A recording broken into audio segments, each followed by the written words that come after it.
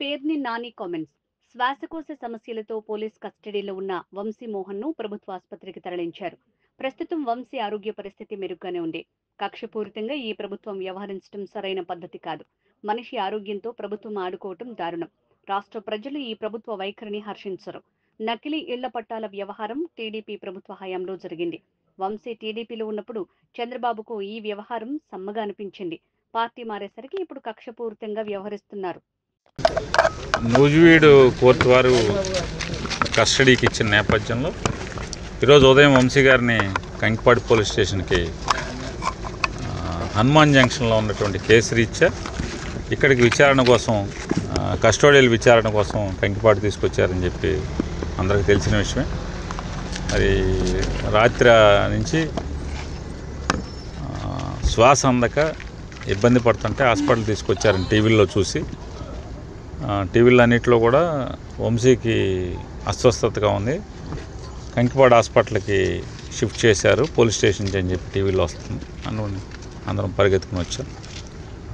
డాక్టర్లను అడిగితే వైద్యం చేస్తున్నామండి, ప్రస్తుతానికి ఆక్సిజన్ అవన్నీ ఏర్పాటు చేసాం, కొద్దిగా స్టేబుల్ అవుతుంది, అంటే సీరియస్ అయితే మేమే రిఫర్ చేస్తాం కదండి, లేదు ప్రస్తుతానికి అంటే ఒక వామిటింగ్ కూడా అయింది. అది పోలీస్ స్టేషన్లోనే వామిటింగ్ ఎందుకు అయి ఉంటుంది, వామిటింగ్ ఎందుకు అయింది అంటే రకరకాల కారణం ఇన్వెస్టిగేషన్ చేయకుండా నేను చెప్పలేను కదండి, టెస్టులు చేయాలి, చూస్తున్నామని. ఒకవేళ అంటే రకరకాల కారణాలతో అంటే కడుపులో ఇబ్బంది అయినా లేదా బ్రెయిన్కి ఆక్సిజన్ తక్కువ అందినా వామిటింగ్ వస్తుంది, లంగ్స్లో కంజెషన్ ఉన్నా వస్తుంది, రకరకాల కారణాలు ఉంటాయి. ఏదన్నా నేను పొద్దున్న కల్లా ఇన్వెస్టిగేషన్ చేసి కానీ చెప్పలేము కారణం ఏంటనేది. ప్రస్తుతానికైతే ఆక్సిజన్ అయి పెట్టి ఇంజెక్షన్స్ అవన్నీ చేశాను, సెలైన్ పెట్టాను అని చెప్పారు. దాని మీద కొంచెం కుదుట పడిందని చెప్పని అంటే పోలీసు వారు కూడా సార్ ఆయన కస్టడీలో ఉన్నారు కాబట్టి మీరు బయటే ఉండాలి కాబట్టి అంటే సార్ పొద్దునే వద్దామని చెప్పని అందరం, ఆయన శ్రీమతి గారు కూడా ఇప్పుడు వెళ్ళారు, పొద్దున్నే మళ్ళీ వచ్చి ఎలా ఉంటుంది అనేది చూసుకుంటాకని చెప్పని. ప్రస్తుతానికైతే స్టేబుల్గా ఉందని చెప్పి డాక్టర్ గారు చెప్పారు. వంశీని కూడా దూరం నుంచి చూస్తే కిటికీలోని చూస్తే ఆక్సిజన్ అవన్నీ పెట్టి ఉన్నాయి, సెలైన్ వెళ్తుంది, బాగుండాలని కోరుకుని. అట్లాగే ప్రభుత్వం వారిని కూడా, ఎవరైతే ప్రభుత్వాన్ని నడిపే వాళ్ళని కూడా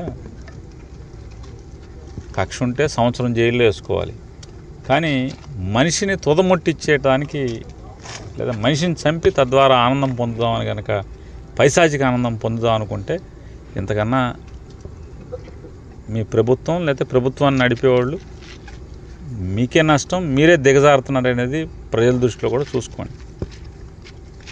అంటే కేసు మీద కేసు, కేసు మీద కేసు, కేసు మీద కేసు, తప్పుడు కేసులు కొత్తగా తయారు చేసి మామూలుగా ఇంట్లో గబాలను అనుకోకుండా చుట్టాలు వస్తే అప్పుడప్పుడు అన్నీ తెచ్చి ఉప్మా వండినట్టుగా తప్పుడు కేసులు, మనం ఉప్మా వండినంత సులువుగా తప్పుడు కేసులు ఎఫ్ఐఆర్లు సృష్టించి కేసుల మీద కేసులు పెడుతున్నారు.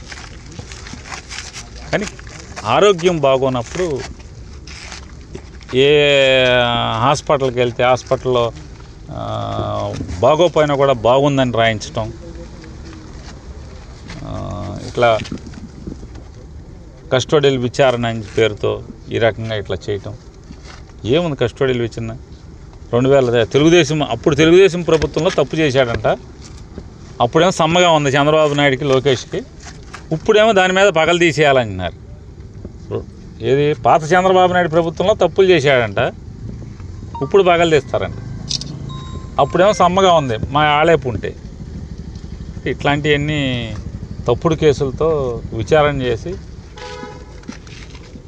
ఇది ప్రజలు హర్షించరు. ప్రజలు మంచిగా పరిపాలించండిరా బాబా అంటే వేసిన ఓటు ఎంతమంది వేల మంది వైఎస్ఆర్ కాంగ్రెస్ పార్టీ కార్యకర్తలను కొట్టడం, నడవలేకుండా చేయటం. ఏంది పోలీసు ఎవడు కొట్టమంటే ఆడు కొట్టే స్థితికి వచ్చి తెచ్చారు మీరు, రేపైనా ఇట్టాగా ఉంటుంది. అంటే జిల్లా హాస్పిటల్ బెటర్ అంటే రేపు డాక్టర్ గారు కూడా రేపు కండిషన్స్ ఇన్వెస్టిగేషన్ చేసి ఆ రోజు అంటే రేపు ఉదయానికి ఆరోగ్య పరిస్థితిని బట్టి ఏం చేయాలి, ముందైతే ఇబ్బందికర పరిస్థితి నుంచి నిలబెట్టామని చెప్పి డాక్టర్ గారు చెప్పారు. సో వైద్యాధికారులకు థ్యాంక్స్ చెప్తూ, అట్లాగే ప్రభుత్వాన్ని కూడా ఈ రకంగా ఆరోగ్యం పాడైపోయి చంపేసేదానికి ప్రయత్నం చేయటం కూడా ఇది పద్ధతి కాదు మీకు అని చెప్పిన కూడా ఎవరైతే ప్రభుత్వం నడిపి ఇవన్నీ చోద్యం చూస్తూ ఈ ఉప్మా వండినంత సులువుగా తప్పుడు కేసులు కట్టించే పనిలో ఉన్నారో వాళ్ళకి చెప్తున్నాం. కేసులు కట్టుకోవటం వేరు, ఆరోగ్యం బాగున్నప్పుడు కనీసం హాస్పిటల్కి తీసుకెళ్లే పరిస్థితులన్నా ఉండాలనేది మా డిమాండ్. సార్, ఇప్పుడు ఆరోగ్య పరిస్థితి నిమిత్తం కూడా ఉన్నతమైనటువంటి ఆసుపత్రికి తరలించే అవకాశం ఉందంటారా? అదే సహకరిస్తున్నారు. పోలీస్కి ఏం సంబంధం ఉంటుంది ఇందులో? పోలీసు ఏమైనా తీసుకొచ్చారు వాళ్ళు.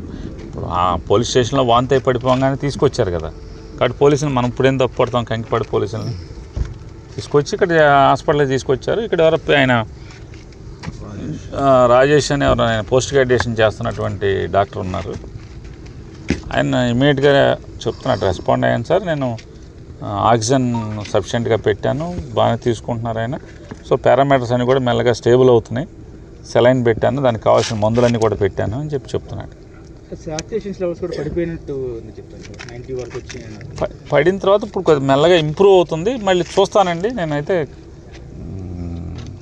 నాకు ఈ కేసులు ఈ కక్షలు మాకెందుకు ఉంటాయి సార్? మాకేం అవసరం? నేనైతే వంశీ గారిని శుభ్రం చేయటాకే ప్రయత్నం చేస్తున్నాను, నా శాయశక్తుల ప్రయత్నం చేస్తున్నాను. ప్రస్తుతానికి స్టేబుల్గా ఉన్నాడని చెప్తున్నాను.